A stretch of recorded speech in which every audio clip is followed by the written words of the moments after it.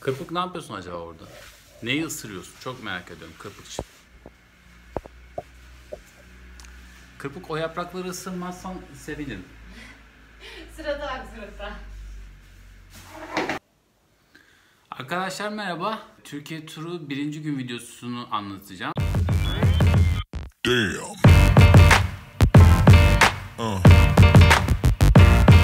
Yeah.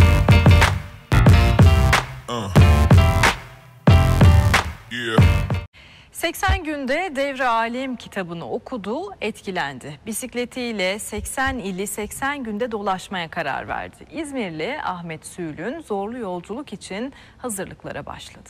Türkiye turu mümkün olabilir diye düşündüm ve araştırdım. İlk önce bütün illerin arasındaki mesafeleri hesapladım. Tırmanış ne kadar fazlaysa o kadar bisiklet için zorlu oluyor yolculuk.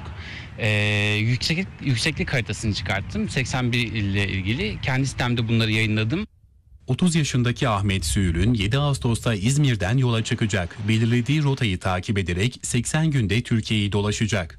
Yolculuğunun her anını internet sitesinden paylaşacak. 68 gün boyunca sürüş yapmayı planlıyorum ve 12 gün dinlenmeyi planladım. Gerekli durumlarda dinlenme süremi de kullanabileyim diye. İzmirli bisikletçiye arkadaşları da destek veriyor. Ona inanıyoruz. Onun arkasındayız. En büyük destekçisiyiz. Yolculuğu kendi imkanlarıyla gerçekleştirmeyi planlayan Ahmet Süül'ün gittiği illerde konaklama konusunda destek bekliyor. Arkadaşlar merhaba, ben Ahmet Süül'ün. 80 günde Türkiye'nin 81 iline şu arkamda görmüş olduğunuz bisikletimle ulaştım. 80 günde Devri Türkiye projesini gerçekleştirdim. 70 gün süren bu sürüş videolarının hepsini her akşam saat 9'da YouTube kanalımızda paylaşıyor olacağız. Bu heyecanlı serüveni takip etmek isteyenler Bisikletname YouTube kanalına abone olup bildirimleri açmayı unutmasınlar. Birinci gün biraz heyecanlı ve biraz da stresli bir gündü. Çünkü alışkanlıklarından kopmak, sevdiklerinden ayrılmak, konfor alanından uzaklaşmak kolay bir karar değil. Ve turu her ne kadar gerçekleştirebileceğime inansam da herhangi bir aksilikte turun iptal olma olasılığı var. Bu da gerginlik yaratıyor. Zamanla yapılan bir mücadele. Bir günde 200 kilometre yol gidebilmek bisikletle o kadar kolay değil. Ve bunu 70 gün boyunca üst üste yapabilmek zorlayıcı. 70 gün diyorum çünkü dinlenme sürelerini de dikkate alarak böyle bir plan çıkarttım ki ilk gün İzmir'den yola çıkıp Manisa'ya, oradan Balıkesir'e geçip bir günde 2 il geçtim. Kısacası fiziksel zorluğun yanı sıra mental zorluğun da içinde olduğu bir tura adım attım aslında. Ve birinci gün rüzgar biraz hırpaladı beni. Turu biraz sorgulattı açıkçası. Ancak hedefe ulaştıktan sonra insan bütün zorlukları, bütün yaşadığı zorlukları unutuyor. Buyurun, kapının arkasında birini gördüm. Gel bakalım. Şarjım bitti. Şarjım bitti. Tamam, hepsi mi bitti şarjın? Evet. O zaman şu videoyu aktardıktan sonra hepsini mi bitirdin şarjın? %4. %4. Tamam, biraz daha idare et. Ekran ışığını kıs. Birinci günden bahsediyorduk. İlk günün sabahında saat 5'te insanlar yataklarından kalktılar, fedakarlık ettiler. Saat 5.30'da Hoop Bicycle Cafe'de buluştuk. Kafe sahibi Bahadır abi sağ olsun bize çok güzel poğaça, börek, gevrek, İzmir'de simite gevrek diyorlar. Çay, kahve, yumurta, çok güzel bir kahvaltı hazırladı. O gün 15 kişi geldi, kafede birlikte buluştuk ve sonrasında benimle birlikte İzmir'den Menemen'e kadar 20 kilometre sürüş yaptılar ve geri döndüler. 20 kilometrede geri döndüler. Toplayın 40 yapar. 40 kilometre. Bu benim için çok güzel bir başlangıçtı. Çünkü insanların bana inanıp, bana güvenip benimle birlikte o kadar yolu gelmeleri paha biçilemez bir duyguydu. İnsanların bana olan inancını boşa çıkartmamak için elimden geleni yapmalıydım. Menemen'den sonra Abdullah abi, Uğur, Fatih abi birlikte de yola devam ettik. Fatih abi benim ekipman sponsorum ve antrenman arkadaşım.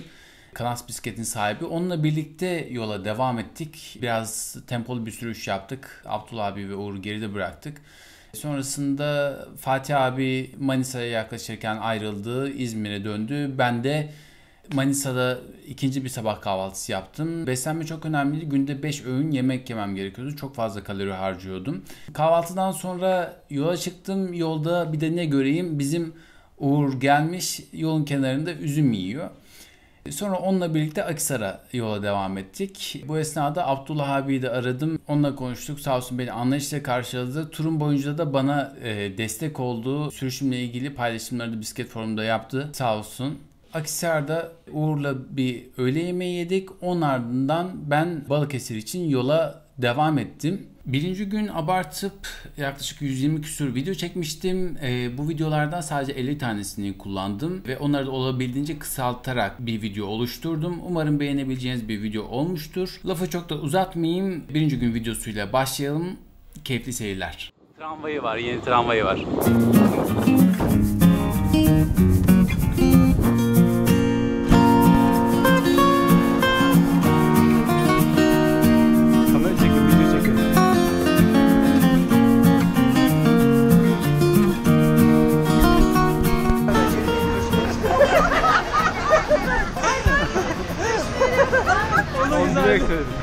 Akhisar'da köfte. Tamam. Kadans bisiklet öncülüğünde çıktığımız bu yolculuk hala kadans bisiklet öncülüğünde devam ediyor.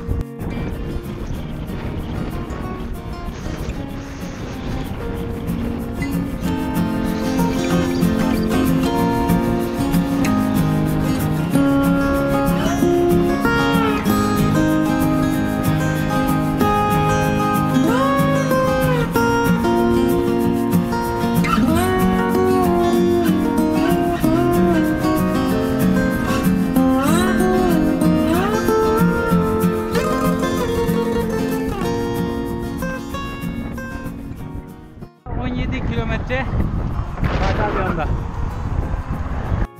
Görüşürüz abi. Fatih abi de buradan ayrıldı. Bundan sonra tek devam ediyorum. Bisiklet yolu varmış. Şu an hızım saatte 43 kilometre.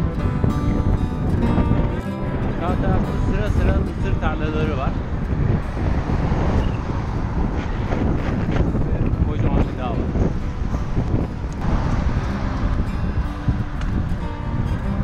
Dostum. Sen nereden geliyorsun? Ben Manisa'da oturdum da. Üzüm ye. Mola verdim.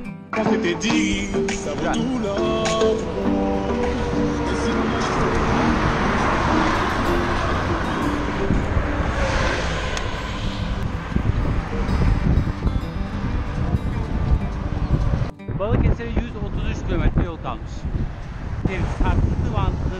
Sarkıntı bandı diyorlar. Sağ tarafa yapmışlar. Emniyet şeridine girip sürüş yapamıyorsunuz bu nedenle. Sol taraftan gitmek gerekiyor. Akhisar yoluna giderken Manisa'dan.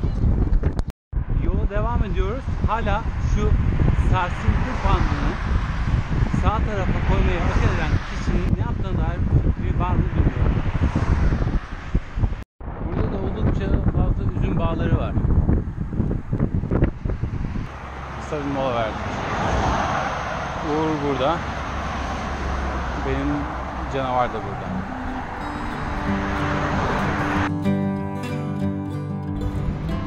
Burası Akhisar.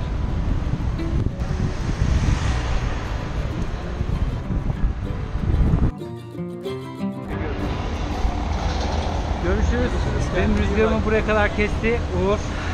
Buradan Bundan sonrası Allah yolun açık olsun abi. Balıkesir'e hayırlısıyla devam edeceğim.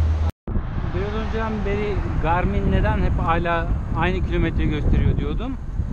Başlatmayı unutmuşum. 3 kilometreden beri öyle. Benim şansıma hem yokuş hem de karşıdan rüzgar var.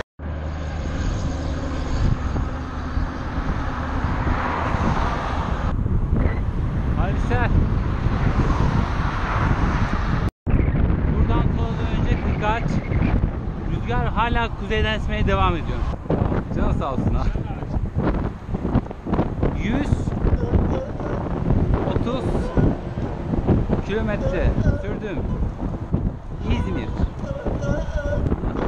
Balıkesir'e şimdi. 70 kaldı. 70. Aynen. Hadi size kolay gelsin.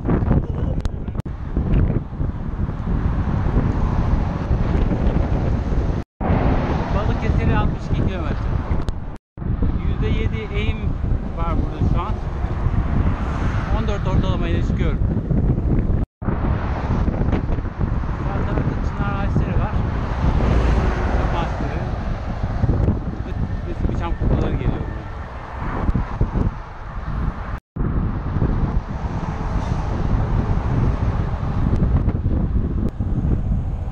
Turumun en yüksek kısmındayım şu an. Birdanlar geçidi. Rakım 530.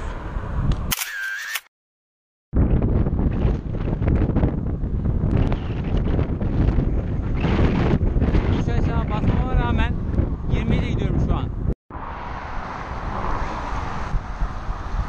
Şurada yıkansam mı acaba?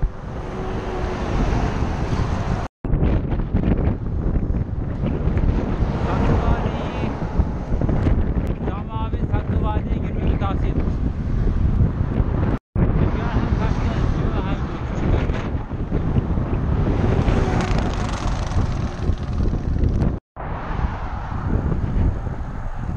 Sağ tarafta bir yol var. Ayrım var.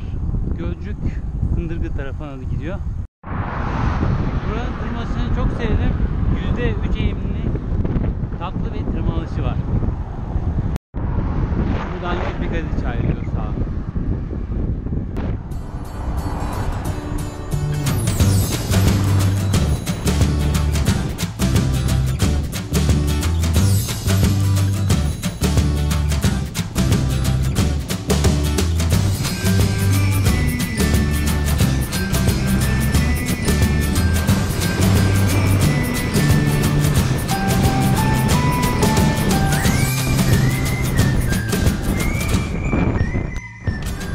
Balıkesir nüfus 340.000, rakım herhalde 130. O tarafta 6 Eylül Belediyesi var. Burada mazgallar da var, sürü mazgallar. Her belediye bu mazgalları yapıyor.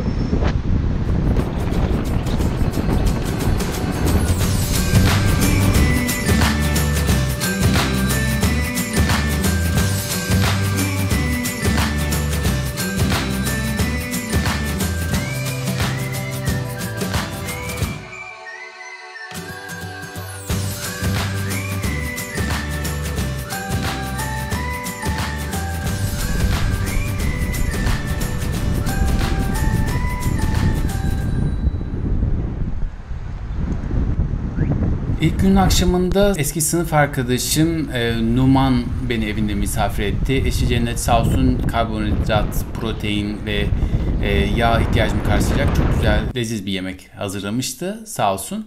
Mola süreleri hariç birinci gün 8 saat 33 dakikalık bir sürüş yapıp 202 kilometre yol gittim. Toplamda 1283 metre yükseklik kazanımım oldu ve ilk gün 2 il geçtim. Yol haritasını ve detayları Strava uygulamasında bulabilirsiniz ya da bisikletname.com'da da bu konuyla ilgili bir yazı yazmıştım. Onun linkini paylaşabilirim ya da dileyenler için ilerleyen süreçte 1000 aboneye geçtikten sonra oluyor sanırım. Şu yukarılara bir link bırakabilirim. Bana hatırlatırsanız eğer kesinlikle linki eklerim. Beğendiyseniz beğen butonuna basıp abone olmayı unutmayın. Beğenmediyseniz neden beğenmediğinizi yorum kısmına açıklayın ki ben de hatalarımı düzeltip daha güzel bir video oluşturmaya çalışayım. Sorularınız olursa lütfen yorum kısmına yazın. Ben de elimden geldiğince cevaplandırmaya çalışayım. Yarınki videoda görüşmek üzere. Hoşça kalın.